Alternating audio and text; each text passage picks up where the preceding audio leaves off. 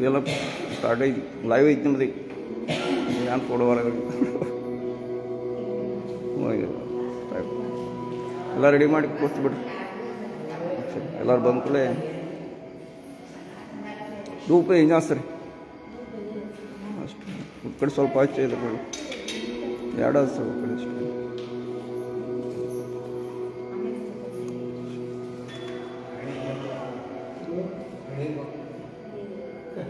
Light ಬಂದ್ ಮಾಡಿದ್ರೆ ಬಂದ್ ಮಾಡ್ತಾರೆ.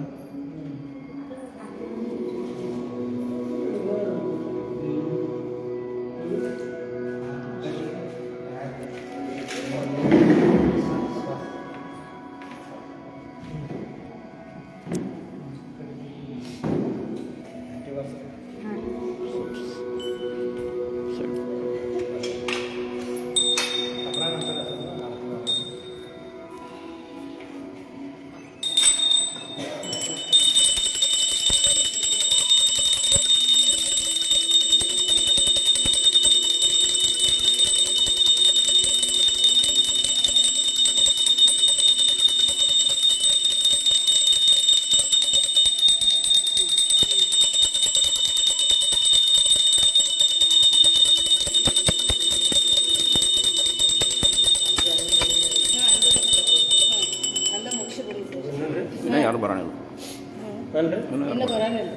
ಫೋಟೋ ಅಷ್ಟೇ ಏನು ತೋರಿ ಆರತಿ ಮಾಡ್ತಾರೆ. ಆ ಕಡೆ ಕಣ್ಣಿಲ್ಲ ಅಲ್ಲರು ನೋಡಿ.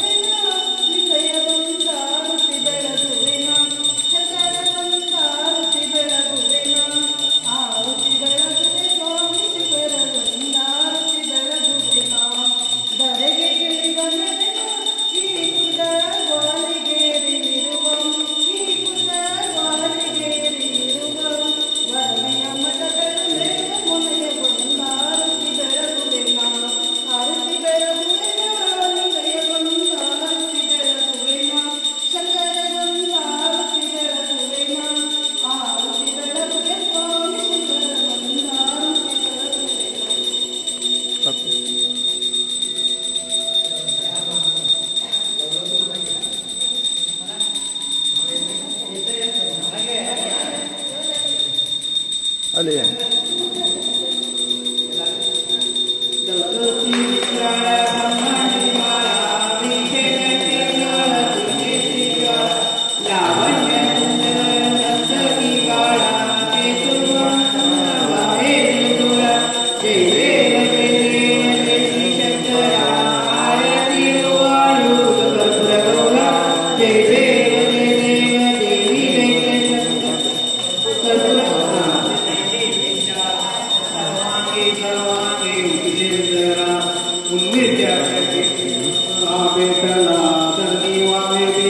जय देव जय देव जय श्री शंकर आरती जय देव जय देव देवी देवी सागर मंथन के श्यामाजी श्वेताने प्राचन देवे नीलकंठना प्रसिद्ध जय देव जय श्री शंकर आरती जय देव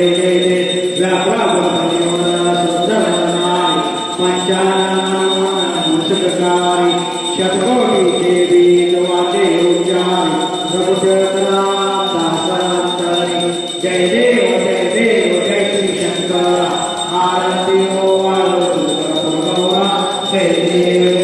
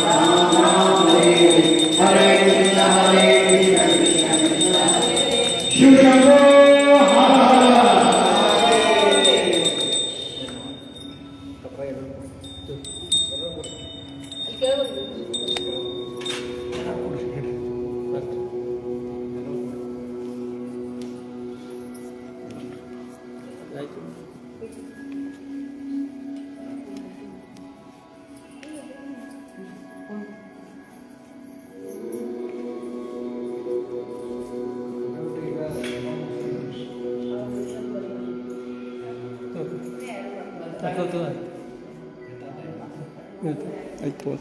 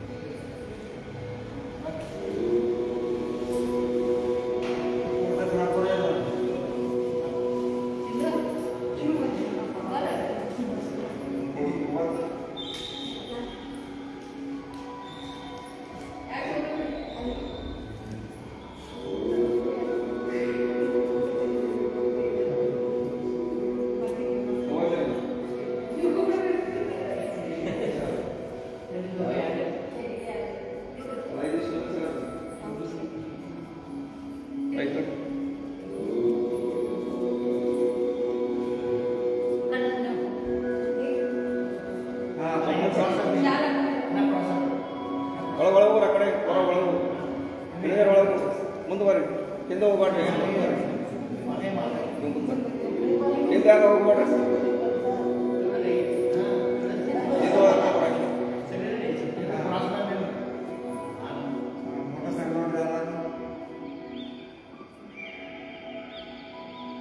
ಬ್ರೈಟ್ ನೋಡಿ ಬ್ರೈಟ್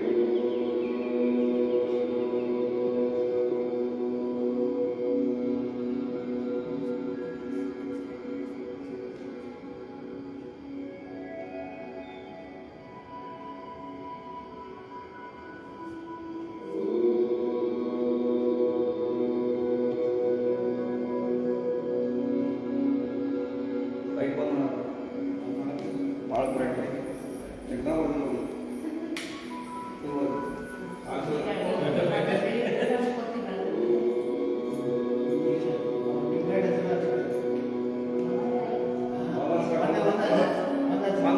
ಅದರ ಈಗೇನು ಕೇಳ್ತಾರೆ ಅದು ಮಾಡಿ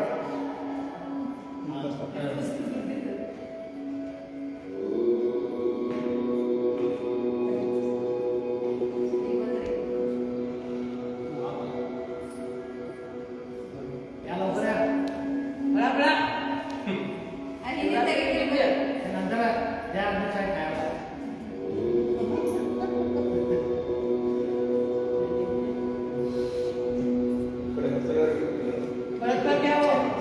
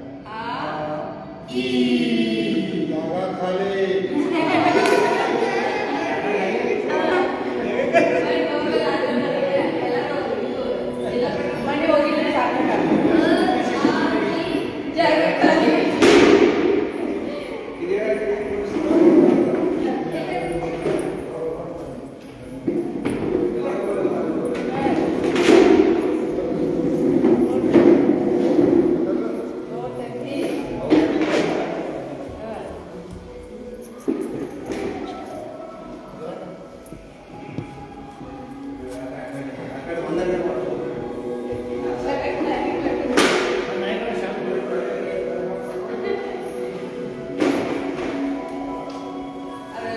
ಪಾಠ ಕೊಡೋರ್ಲೆ ನೋಡಿ ಅದು ಹೋಗಿಲ್ಲ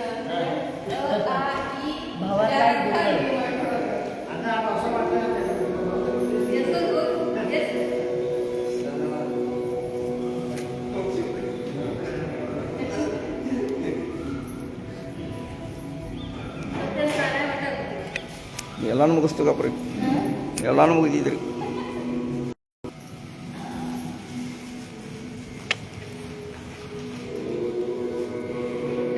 ನೇರವಾಗಿರಲಿ, ಜೈಜಾನ ಮುದ್ರೆಯಲ್ಲಿರಲಿ.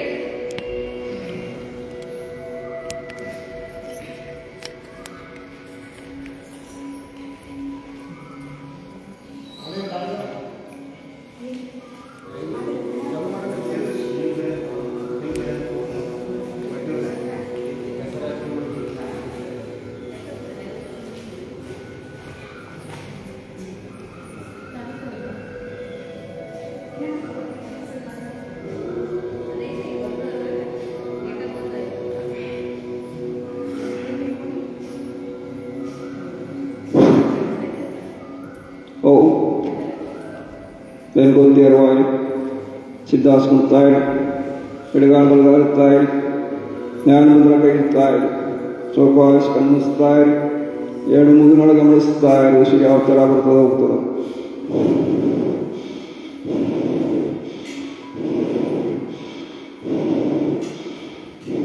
ಇವಾಗ ಓಂಕಾರ 3 ಬಾರಿ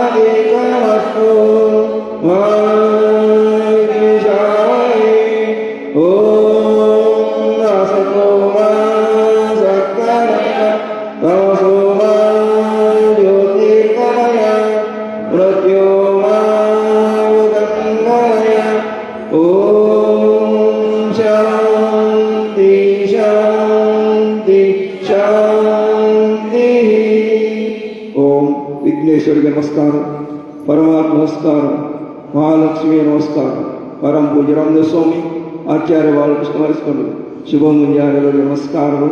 ಶಿವರಾತ್ರಿ ಹಬ್ಬದ ಹಾರ್ದಿಕ ಶುಭಾಶಯಗಳು. ಓಂ ಭೂತಾಯಿಗೆ ನಮಸ್ಕರಿಸಿ. ಓಂ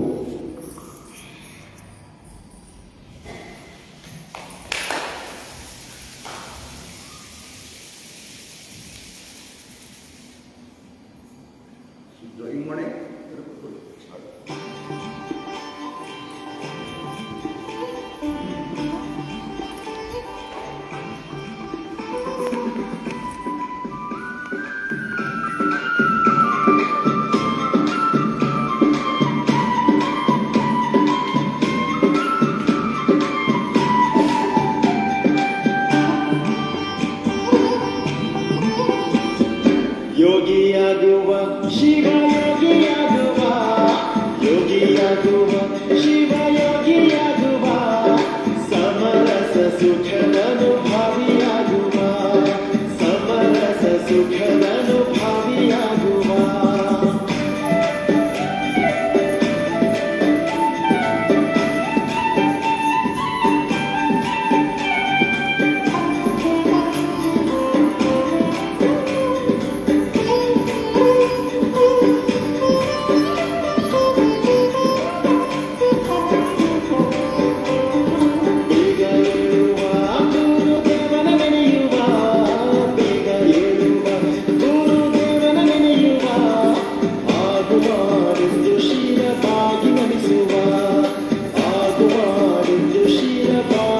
ನುಡಿಸುವ ಊರ ಕೋಳಿ ಕೂಗಿದ್ದೆ ಕಾಡಲವಿಲು ಬದಲಿದ್ದೆ ಊರ ಕೋಳಿ ಕೂಗಿದ್ದೆ ಕಾಡಲವಿಲು ಬದಲಿದ್ದೆ ಲಿಂಗ ಪೂಜೆಯ ವೇಳೆ ಮೀರಿ ಹೋಗಿದ್ದೆ ಲಿಂಗ ಪೂಜೆಯ ವೇಳೆ ಮೀರಿ ಹೋಗಿದ್ದೆ ಯೋಗಿಯಾಗುವ ಶಿವ ಯೋಗಿಯಾಗುವ ಯೋಗಿಯಾಗುವ ಶಿವ ಯೋಗಿಯಾಗುವ ಸಮರಸ ಸುಖದನು ಭಾವಿಯಾಗುವ ಸಮರಸ ಸುಖದನು ಭಾವಿಯಾಗುವ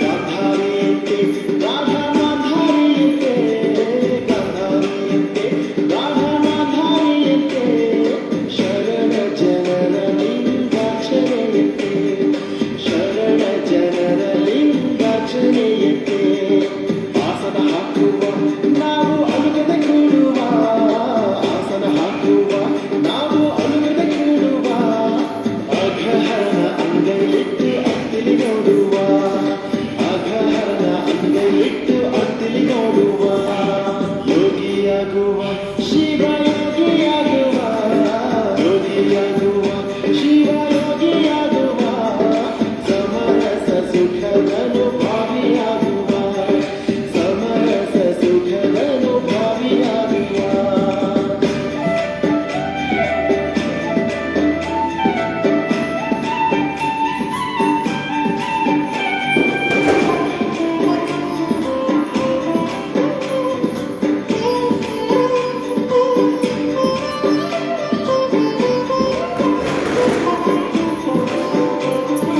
ಅಪ್ಪ ಬಸವ ಒಬ್ಬ ಅಲ್ಲಮ ಪ್ರಭುವ ಅಪ್ಪ ಬಸವ ಒಬ್ಬ ಅಲ್ಲಮ ಪ್ರಭುವ ಚಿಕ್ಕಪ್ಪ ಚೆನ್ನ ಬಸವನ ಕರೆಯುವ ಚಿಕ್ಕಪ್ಪ ಚೆನ್ನ ಬಸವನ ಕರೆಯುವ ಶರಣರೆಲ್ಲರ ಭಕ್ತಿಯಿಂದ ನಡೆಯುವ ಶರಣರೆಲ್ಲರ ಭಕ್ತಿಯಿಂದ ನಡೆಯುವ ಶಿವಯೋಗದಿ ಕೈ ನೀಡಿರೆನ್ನುವ ಶಿವಯೋಗದಿ ಕೈ ನೀಡಿರೆನ್ನುವ ಯೋಗಿಯಾಗುವ ಶಿವ ಯೋಗಿಯಾಗುವ ಯೋಗಿಯಾಗುವ ಶಿವ ಯೋಗಿಯಾಗುವ ಸಮರಸ ಸುಖದನು ಭಾವಿಯಾಗುವ ಸಮರಸ ಸುಖದನು ಭಾವಿಯಾಗುವ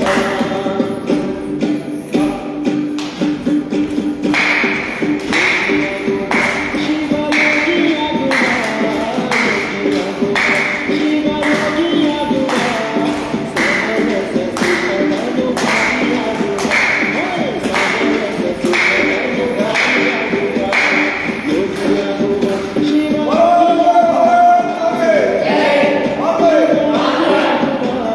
ಸಮರಸ ಸುಖದನು ಭಾವಿಯಾಗುವ ಸಮರಸ ಸುಖದನು ಭಾವಿಯಾಗುವ ಯೋಗಿಯಾಗುವ ಶಿವ ಯೋಗಿಯಾಗುವ ಯೋಗಿಯಾಗುವ ಶಿವ ಯೋಗಿಯಾಗುವ ಸಮರಸ ಸುಖದನು ಭಾವಿಯಾಗುವ ಸಮರಸ ಸುಖದನು ಭಾವಿಯಾಗುವ ಸಮರಸ ಸುಖದನು ಭಾವಿಯಾಗುವ ಸಮರಸ ಸುಖದನು ಭಾವಿಯಾಗುವ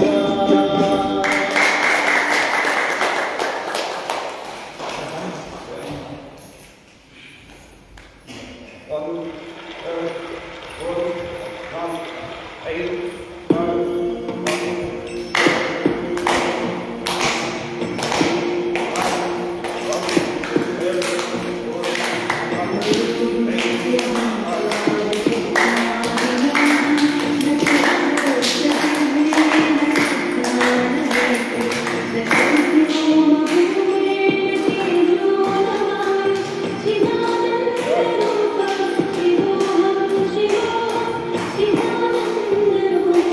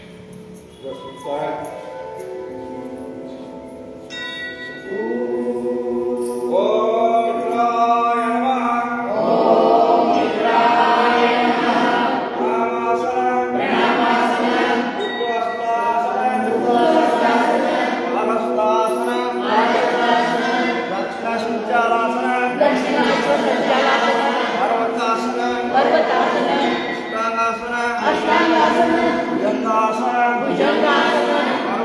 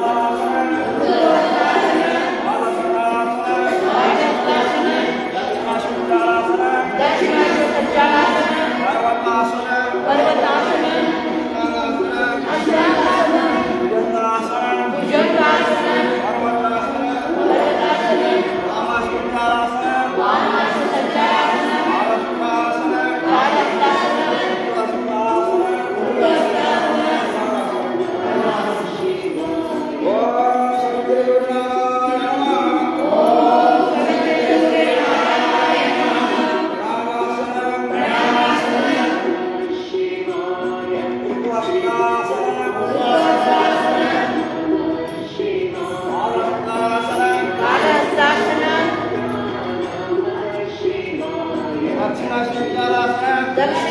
ಸಂಚಾರಾಸನ ಪರ್ವತಾಸನ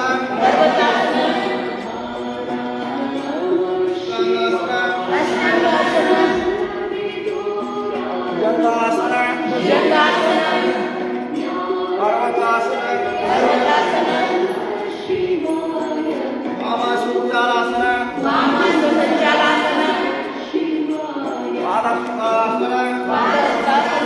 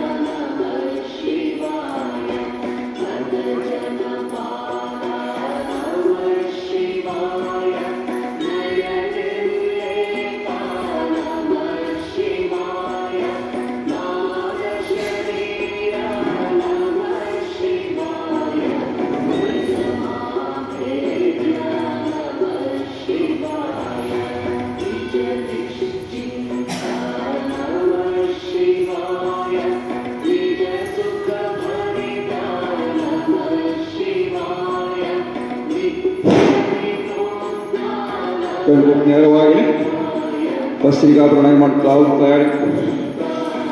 ಶ್ರಾವಣ ಗಮನೆಯನ್ನು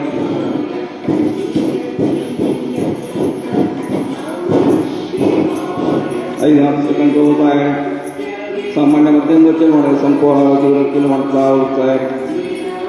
ಭಸ್ತ್ರಿಕಾ ಪ್ರಣಾಮ ಮಾಡ್ತಾ ಓಮಂತು ಸುತ್ತ ಹೋಗ್ತಾರೆ. ಓಮಂತು ಶಿವರ ಆಗ್ತಾರೆ.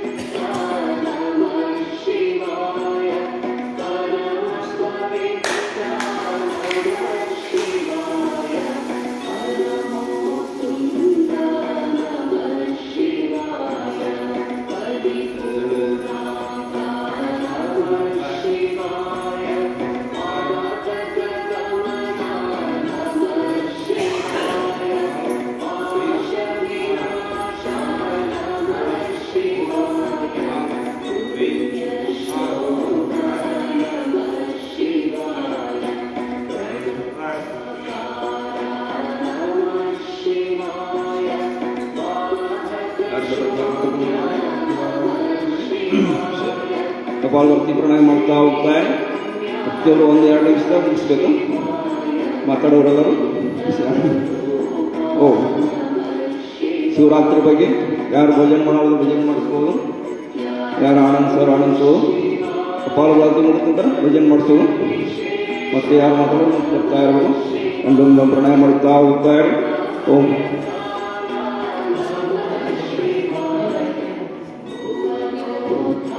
ಸಹೋದರದ ಪ್ರಿಯಗಳು ಶಿವರಾತ್ರಿ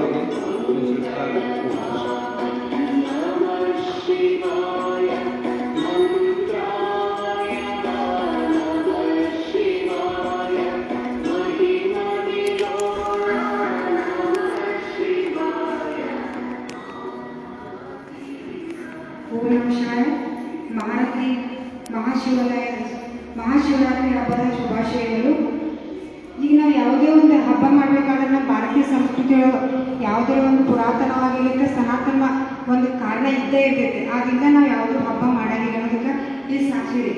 ಈ ಮಹಾಶಿವರಾತ್ರಿ ಮಾಡಬೇಕಾದ್ರೆ ಏನಂತಂದ್ರೆ ಸಮುದ್ರ ಮಂಥನ ಅಂತ ಎಲ್ಲರಿಗೂ ಗೊತ್ತಿದ್ದ ವಿಷಯ ಇದೆ. ಸಮುದ್ರ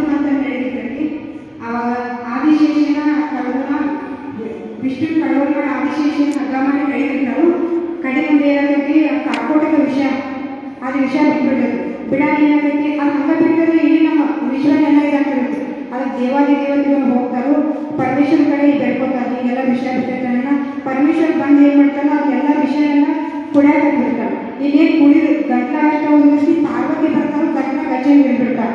ಯಾಕಂದ್ರೆ ಶಿವ ಎಲ್ಲ ನಿಲ್ಬಿಡ್ತಾನಂತೆ. ಅವಾಗ ಏನಾಗುತ್ತೆ ರಾತ್ರಿ ಎಲ್ಲ ಎಚ್ಚರಿ ಅಂದ್ರೆ ಶಿವನ ನಾವು ಎಚ್ಚರಿಬೇಕಾಗತ್ತೆ. ಇಲ್ಲಿ ತರ ವಿಷಯ ಹೋಗೋದಂದ್ರೆ ಅವನ ತ್ರಾಸ ಎಲ್ಲ ಹೊರಗೆ ಬಂದ್ರೆ ಇಲ್ಲಿ ಜಗತ್ತ ತ್ರಾಸ ಅಂತೇಳಿ ಎಲ್ಲ ದೇವಾದಿ ದೇವತೆಗಳು ರಾತ್ರಿ ಎಲ್ಲ ಜಾಗರಣೆ ಮಾಡಿ ಭಕ್ತಿ ಮಾಡೋದ್ರಿಂದ ಮಹಾಶಿವರಾತ್ರಿ ಒಂದು ಆಚರಣೆ ಮಾಡ್ತಾರೆ. ಇನ್ನೊಂದು ಲಿಂಗ ಪುರಾಣ ಪ್ರಕಾರ ಏನಾಗುತ್ತೆ ಬ್ರಹ್ಮ ವಿಷ್ಣು ನಡು ಇಬ್ಬರು ನಡು ಜಗಳ ನಡೆದಿರ್ತೈತೆ ನಾ ಶ್ರೇಷ್ಠ ಅಂತ ಹೇಳಿ.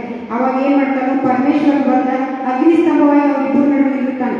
ಇದ್ರೊಳಗ ಆದಿ ಮತ್ತು ಅಂತ್ಯ ಯಾವ್ದೈತೆ ಅಂತ ಹುಡುಕಾಡ್ತಾವ ಹೇಳ್ತಾನೆ. ವಿಷ್ಣು ಏನ್ ಮಾಡ್ತಾನೋ ಆಮೆ ರೂಪದಾಗ ಕೆಳಗೆ ಹೋಗ್ತಾನೋ, ಬ್ರಹ್ಮ ಔಷಧ ರೂಪದಾಗ ಮ್ಯಾಲ ಹೋಗ್ತಾನೆ.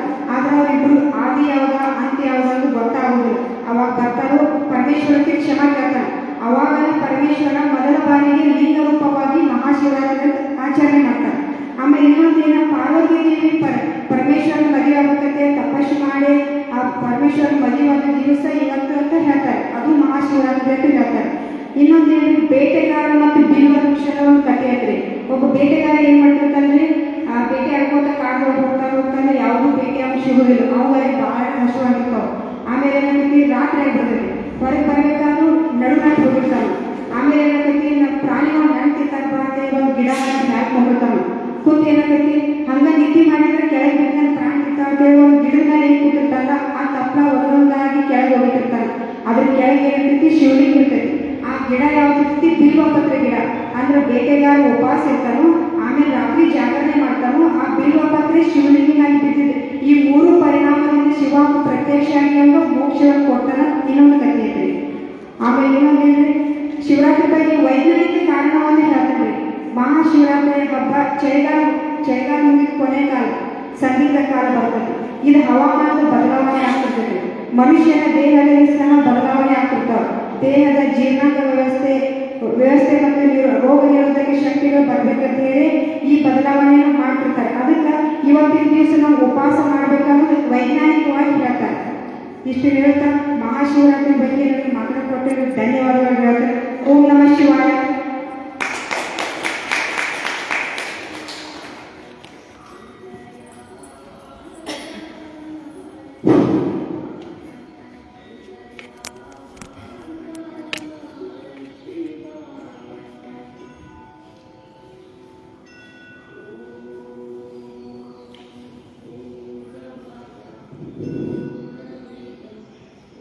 ಹರ ಮಹಾದೇವ. ಶಿವರಾತ್ರಿ ಬಗ್ಗೆ ಸಹೋದರ ಪ್ರಿಯವನ್ನು ತಿಳಿಸಿಕೊಡಲು ಧನ್ಯವಾದಗಳು. ಮತ್ತೆ ಮುಂದಿನ ದೂರು ಮುಂಡಾಳ ಮಠಸರ್ ಅವರಿಗೆ ಹಾರ್ದಿಕ ಸ್ವಾಗತ.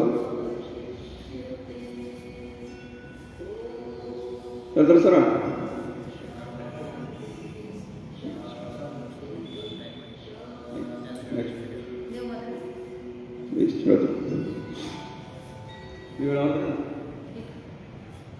ಶಿವಂ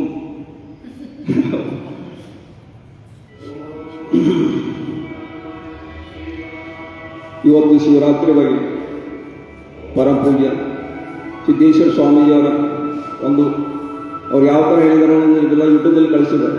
ಶಿವರಾತ್ರಿ ಯಾವ ಥರ ಮಾಡಬೇಕು, ಶಿವನ ಧ್ಯಾನ ಯಾವ ಥರ ಮಾಡಬೇಕು, ಶಿವರಾತ್ರಿ ಯಾವ ಥರ ಜಾಗರಣೆ ಮಾಡ್ತಾ ಇರಬೇಕು, ಪ್ರತಿಯೊಂದೆಲ್ಲ ಅವರು ಸಿದ್ದೇಶ್ವರ ಸ್ವಾಮೀಜಿಯವರು ಹೇಳಿದ್ದಾರೆ. ಹೊರಗಡೆ ಇವತ್ತು ಧ್ಯಾನದಲ್ಲಿ ಇರ್ತಾ ಇರಬೇಕು. ಯಾವುದೇ ಆಹಾರ ಇದರ ಮೇಲೆ ಮನಸ್ಸು ಹಾಕೋದಿಲ್ಲ. ಬರೀ ಶಿವನ ಮೇಲೆ ಧ್ಯಾನ ಮಾಡಿ ಉಪವಾಸ ಮಾಡಿ ಕೆಲವು ಶಿವರಾತ್ರಿ ಆಚರಣೆ ಮಾಡ್ತಾ ಹೋಗ್ತಾ ಇರಿ. ಶಂಕರಲಿಂಗ ಮಠದಲ್ಲಿ ಮುಂಜಾನೆ ನಾಳೆ ಬೆಳಿಗ್ಗೆ 6 ಗಂಟೆವರೆಗೆ ಜಾಗರಣೆ ಇರ್ತದೆ. ಅಥವಾ ವಿವರಣೆ ಎಲ್ಲ ನೀವು ವಾಟ್ಸಪ್ಪಲ್ಲಿ ಗ್ರೂಪಲ್ಲಿ ಹಾಕಿದ್ದಾರೆ. ಯಾರಾದರೂ ತಾವು ಪಡೆದುಕೊಳ್ಳಿ. ಸಾಯಂಕಾಲ ಅಥವಾ ರಾತ್ರಿ 9 ಗಂಟೆಗೆ ಬಂದರೂ ಹಿಡಿತದೆ. 9ರಿಂದ ಬೆಳಿಗ್ಗೆ 6 ಗಂಟೆ ತನಕ ಇರ್ಬೋದು. ಸಾಯಂಕಾಲ 6 ಗಂಟೆಗೆ ಬರ್ಬೋದು. ನಿಮ್ಮ ತಾಯಿನ ಅನುಕೂಲ ಪ್ರಕಾರ ಈಗ ಒಂದು ದರ್ಶನ ಪಡೆದುಕೊಳ್ತಾ ಇರಿ. ಶಿವರಾತ್ರಿ ದರ್ಶನ ಎಲ್ಲರಿಗೂ ಶಿವರಾತ್ರಿ ಹಬ್ಬದ ಹಾರ್ದಿಕ ಶುಭಾಶಯಗಳು. ಓಂ ಸೌರ್ಯವ ಸುರಿಕಾ ಸಿಂಡಿಗೆ ಅವರಿಗೆ ಹಾರ್ದಿಕ ಸ್ವಾಗತ. ಶಿವರಾತ್ರಿ ಬಗ್ಗೆ ಮಾತಾಡೋದು ಸಿಂಡಿಗೆ ಅವರ ಮಾತಾಡಿದ್ರ ಶಿವಕ ಸ್ವಲ್ಪ दिवस शिवरात्री झाला आणतो शिवमंदिर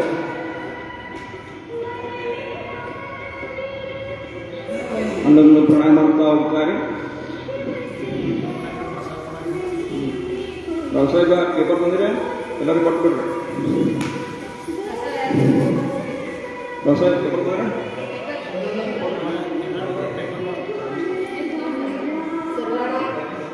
महाशिवरात्रीच्या शुभेच्छा.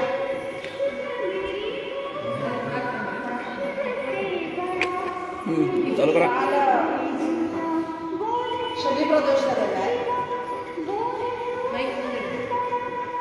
काल शनी प्रदोष झाला असं क्रॉस आणि आज महाशिवरात्री. महाशिवरात्रीचं फार महत्त्व आहे आणि ते महत्त्व मॅडमने सांगितलेलं आहे. आता सरांनी म्हटलं की ॲक्च्युली सर सांगितलं असते तर बरं झालं असतं की बेडर कन्नाप्पाची गोष्ट आपल्याला सगळ्यांना माहीत असतात की बेडर कन्नाप्पा हे फार मोठे शिवभक्त होऊन गेले आणि ते मांसाहारी होते. तसं पाहिलं तर मांसाहारी असू नये असं म्हणतात आणि मांसाहारी असले तर देव त्यांना क्षमा करत नाही असं असतं. परंतु तसं हे बघा, जीव जीवाला खाल्ल्याशिवाय जीव तयार होत नसतो असं एक म्हटलं जातं. म्हणजे जीवेन जीवस्य जीवन, जीवाला जीव खाल्ल्याशिवाय जीव तयार होत नसतो. म्हणजे जीव दुसरा जीव निर्माण होण्यासाठी एका जीवाला त्याग करावा लागतो.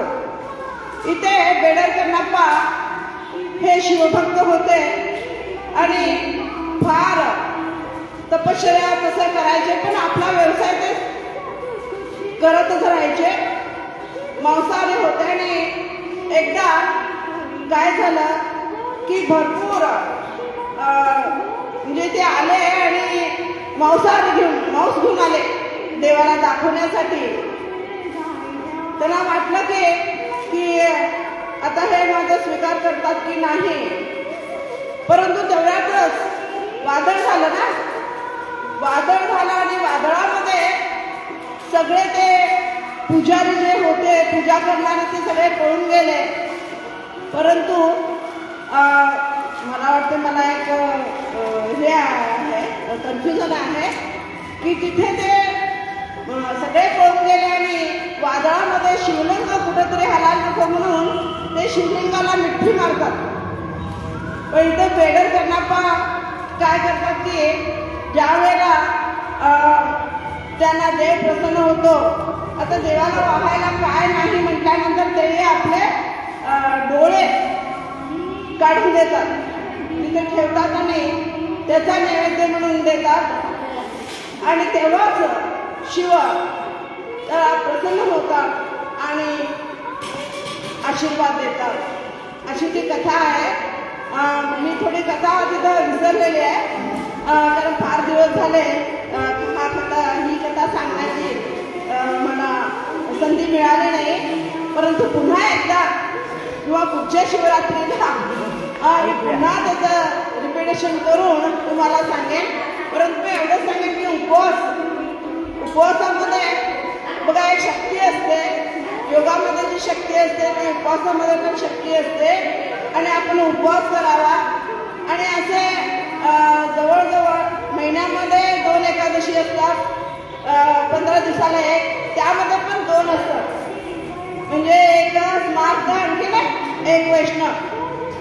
आणि ही एकादश पण आपण केली पाहिजे. त्याचप्रमाणे इथं मगाशी ते सांगितले की हे म्हणजे ब्रह्मा, विष्णू आणि महेश्वर. ब्रह्माचं काय काम असतं? ब्रह्माचं काम असतं सृष्टी निर्माण करणं. आणि ब्रह्माबरोबर असते ती सरस्वती, जी बुद्धीची देवता आहे. आणि ब्रह्मा सृष्टी निर्माण करतो. विष्णू जीवन देतो. जीवन कसं जगायचं, काय करायचं. आणि पहा, विष्णू बरोबर असते लक्ष्मी. म्हणजे इथं अर्थ आलं. म्हणजे आपण जीवन जगत असताना काम करावं आणि कामाबरोबर आपल्याला लक्ष्मी पण येते. हे विष्णूचं काम आणि लक्ष्मीचं काम. जसं ब्रह्मा सृष्टी निर्माण करतो, बुद्धी द्यायचं काम सरस्वती करते, तशीच विष्णू काय करतो, जीवन देतो लोकांना आणि लक्ष्मी हे धन देते. तिसरे शिवजी, शिवपार्वती. आणि शिवपार्वतीची जोडी ही कायम असते. कुठल्याही भक्ताबद्दल विचारायचं झालं तर शिव आणि पार्वती दोघे असतातच. शिव काय करतात की संहार करायचं काम करतात. जे वाईट असतं आपल्या मनामध्ये, जे वाईट असतं ते ओम नमः शिवाय असं जर आपण म्हटलं की ती वाईट भावना निघून जाते. म्हणजे आपल्या मनामध्ये शिवभक्ती असेल तर आपल्या मनामध्ये वाईट भावना येतच नाही. तसंच त्यांनी सांगितलं की मॅडमनी सांगितल्याप्रमाणे की ज्या वेळेला समुद्र मंथन झाला त्यावेळी सर्व देवाने विनंती केली आणि त्याप्रमाणे शिवाने म्हणजे शंकराने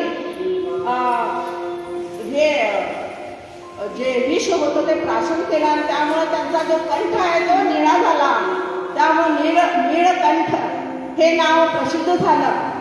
म्हणजे जे वाईट आहे ते शंकर आपल्याकडे घेतात आणि चांगलं आहे ते आपल्याला देतात, आम्हाला देतात. आणि म्हणून आपण शिवरात्री ची पूजा करतो, शिवरात्रीचा उपवास करतो असं म्हटलं जातं. म्हणून आपल्याला शुभेच्छा. त्याचप्रमाणे सगळ्यांनी शिवव्रत करावं. शिवाची आज शिवलीलामृत ज्यांच्या घरी आहे त्यांना सर्व काही मिळते असं म्हटलं जातं. तुम्ही पण आज शिवलीलामृतमध्ये एक तरी का होईना गोष्ट वाचा, मनन करा, लोकांना सांगा किंवा आपल्या आजूबाजूला असतात त्यांना सांगा. आणि शिवरात्री ज्यांना उपवास करून रात्र जागवायचं असेल तरी जागावं. किंवा सरांनी सांगितलं की मठामध्ये कार्यक्रम आहेत, त्या कार्यक्रमामध्ये तुम्ही भाग घेऊ शकता. नाही तरी आपल्या घरामध्ये आपण पण जागरण करू शकतो. तसं पाहिलं तर मला एक गोष्ट आठवली की दयानंद सरस्वतींची गोष्ट आहे की त्यांनी पण शिवरात्री दिवशी त्यांचे वडील म्हणाले की जा आणि नैवेद्य दाखव. नैवेद्य दाखवायला गेले, लहान होते आणि त्यांना काय वाटलं की शिव प्रसन्न होईल आणि खाईल. पण तसं काही झालं नाही. त्याने उंदीराला रात्रभर बसले ते, पण उंदीराला आणि उंदीर तो घेऊन गेला. उंदीर देव एवढं आम्हाला सगळ्यांना हे करणारा देवाने ते उंदराला का रोखलं नाही, उंदरानं का नैवेद्य खाऊन गेला असा प्रश्न आला. आणि त्याने काय केलं की गुरुच्या शोधार्थ निघाले. एवढं सांगून हर हर शंभू. त्या दिवशी काय करून वाटते योगदान वेगवेगळा वाढे अच्छा ओम नमः शिवाय ऐकला केलं.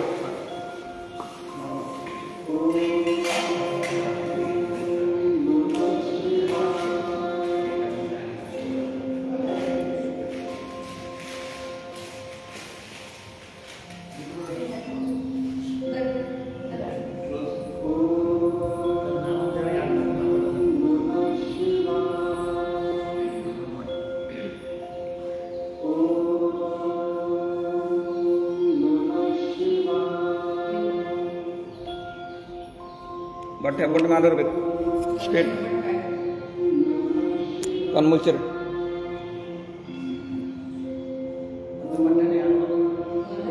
ಬಲಗೈ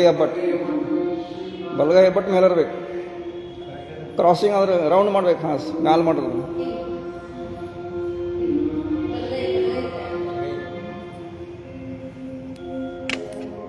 ಎಲ್ಲರೂ ನೋಡ್ರಿ ಈ ಥರ ಮಾಡಿ ಹಿಂಗೆ ನೋಡಿ.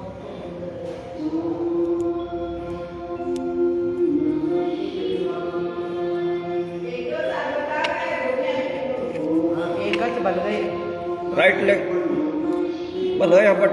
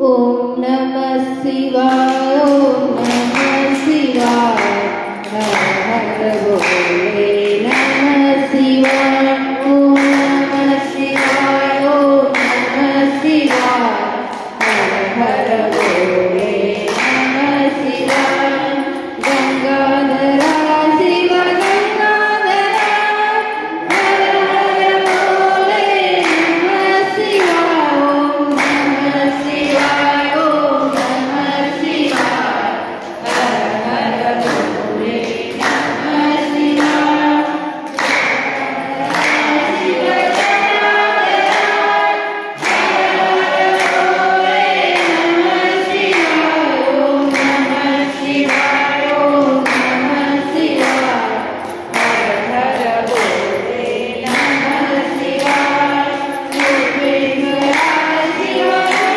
योगेश्वरा हर हर भोले नमः शिवाय ओम नमः शिवाय ओम नमः शिवाय हर हर भोले नमः शिवाय योगेश्वरा शिव योगेश्वरा हर हर भोले नमः शिवाय ओम नमः शिवाय ओम नमः शिवाय हर हर भोले नमः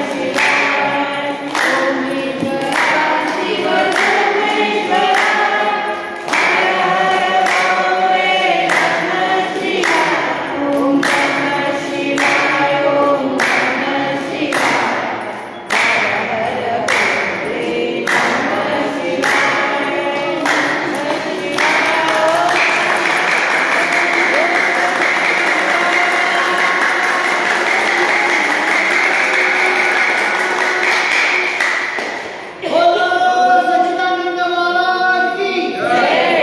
भारत माता की जय। कर्नाटक माता की जय। वंदे मातरम। आप सबके जय।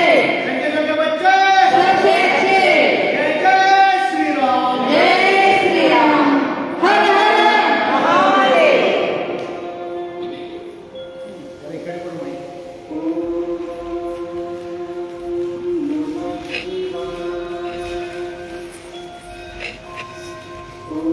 हो आज महाशिवरात्री आहे. महाशिवरात्रीच्या तुम्हाला सर्व कार्य शुभेच्छा. जर तुम्हाला घरात कुठं पण आज 108 वेळा ओम नमः शिवाय मंत्राचा जप करावा, त्याचा लाभ तुम्हाला निश्चितच लाभेल. आणि आज आमच्या मठामध्ये 4 यज्ञनामचे म्हणजे असा सुवर्णयोग येत नाही महाशिवरात्रीच्या निमित्तानं. प्रथम याम आहे तो सायंकाळी 6 ते रात्री 9 वाजेपर्यंत. त्यानंतर द्वितीय आहे 9 ते 12 पर्यंत. त्यानंतर 12 ते 3 पर्यंत एक यज्ञ आहे. आणि त्यानंतर पहाटे 3 ते 6 पर्यंत असे कार्यक्रम आहेत शंकरलिंग मठामध्ये. आणि रात्री 11:30 ते 1:30च्या दरम्यान जो काळ आहे ते स्वतःच आमचे संकेश्वरचे स्वामी महाराज पूजा करणार आहे. तरी त्याचा सर्वांनी लाभ घ्यावा. आणि मठामध्ये TV स्क्रीन पण लावण्यात येणार आहे, तरी सर्वांनी त्याचा लाभ घ्यावा. आणि त्याचबरोबर आज अग्निहोत्र होमचा पण कार्यक्रम आहे सायंकाळी 5 वाजता मठामध्ये, मठाच्या बाहेरच्या आवारामध्ये. कुणाचं किट असलं तर त्यांनी घेऊन यावं. आम्ही शेणी, तूप, तांदूळ सगळं पुरवतो. आसन घेऊन यावं. आणि मी हे सांगितलेलं तुम्हाला पण सांगत आहे. आणि कोणाकडे किट असले अग्निहोत्राचे होमचे, त्याने पण तिथं सायंकाळी 5 वाजता मठाजवळ येण्याचे करावे. ओम. धन्यवाद. हे कुळ करतो.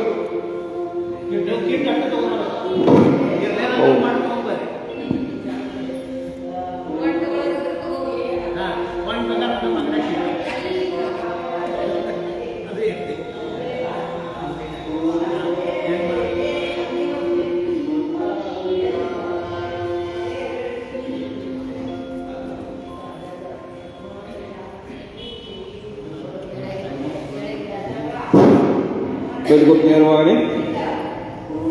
ओम कणी सूक्ष्मवाणी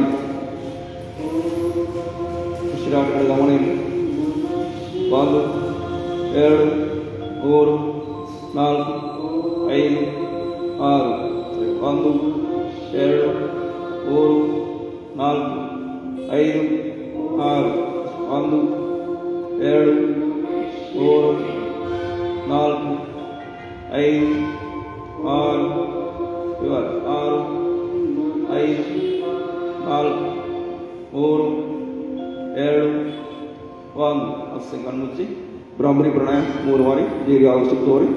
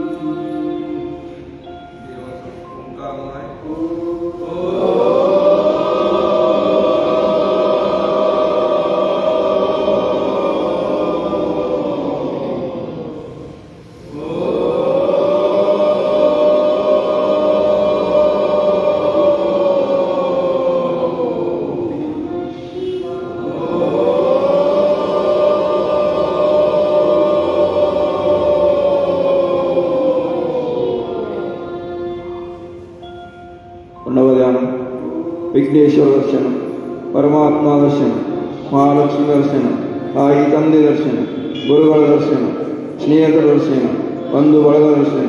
ಜೈ ಶ್ರೀರಾಮ್. ಸಂದೀಪಟ.